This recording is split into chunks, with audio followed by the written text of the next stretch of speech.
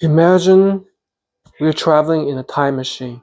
Let me take you back to the 1980s when Bo Jackson and John McEnroe was at the height of their fame. Ladies and gentlemen, let me introduce to you the Nike Air Trainer 1.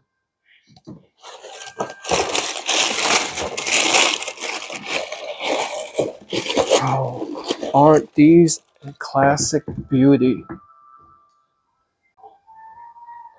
The original cross trainer from '87 now lets you cross between uptown and downtown without a glitch. Details like a forefoot strap and layered midsole add retro appeal, while leather breaks in beautifully. And if that's not enough, air cushioning helps keep you comfortable on long outings. So where will you take your trainers? So this is the medium gray, white, hyperviolet, and black colorway.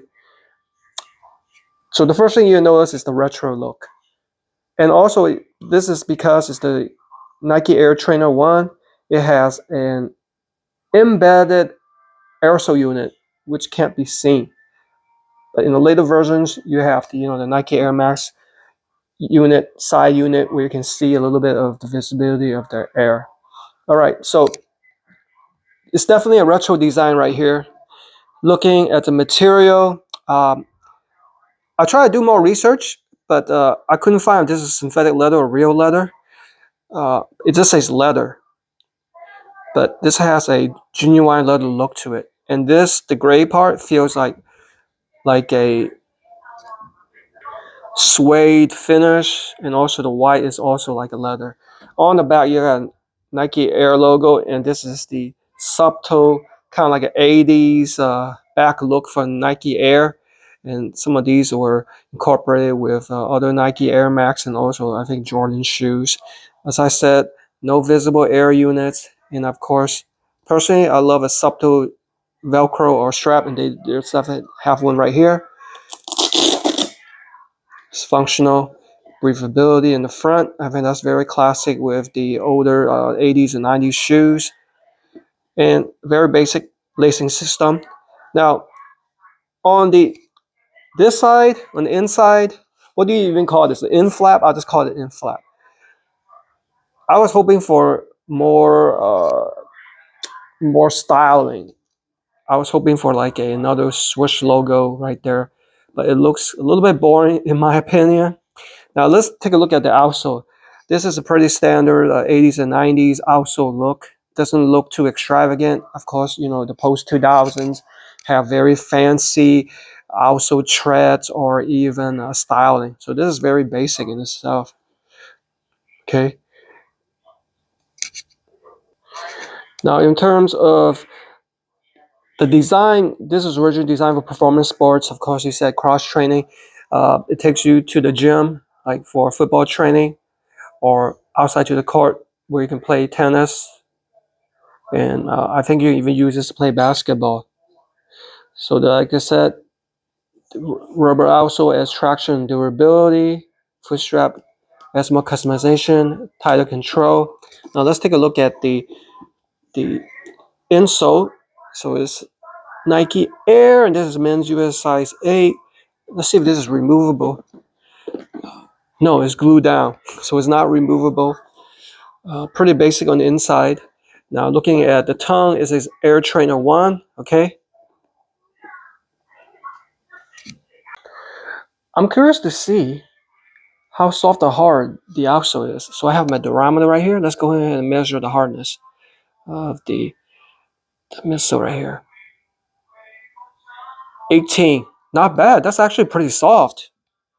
Let's lace up these Air Trainer 1s. I was super excited because I love throwback shoes, and this colorway is my absolute favorite because it really stands out. It's got that late '80s, early '90s look to it. As you can tell, I am very happy with the appearance of this. I mean, look at the colorway. I mean, it goes with white, dark colors because it's combo color, and the accented pink really makes it stand out. So for appearance, I'm going to rate it 8.5. Again, I'm a big fan of straps and Velcro. It has to be subtle though. But I wish this would have been higher, like near perfect 10, if it had like a Nike Air unit, maybe even a small one. But again, these are the Air Trainer ones. Maybe in the later renditions, they have the Air unit. Until then, I can't wait for that. So in terms of comfort and performance, once you have these on, it fits pretty much standard. Plenty of room for your feet. It fit me perfectly. And since these are cross trainers, I did some squats, some casual stretching, and some jogging in place. It feels pretty good. You could probably use this as lightweight squatting. It would be fine. But in terms of running, it's just a little bit too flat and not soft enough, in my opinion. So, see, you can do cardio, weightlifting with these. Maybe like cross training, P90X, stuff like that. CrossFit, but I probably wouldn't deadlift heavy in these though. You could wear these indoor or outdoors. It's got some nice bounce, but I wouldn't say this is a pair of basketball shoes. But if this is only your pair in your bag, it can be an okay substitute. So for the comfort and performance is there.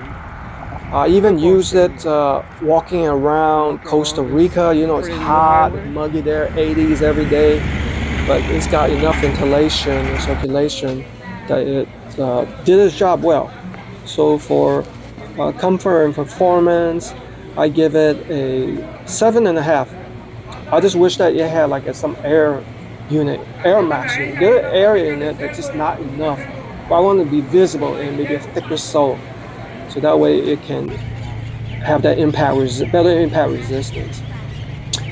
Now in terms of value, now this is a classic shoe. Big fan of Bo Jackson. John McEnroe is also a legend. So this is the best of both worlds in terms of like the gym. You can play some basketball, tennis, and some light jogging or walking. So for value, I give it an 8. If you do the math right, that gets a solid 8 out of 10. Very nice pair of retro shoes.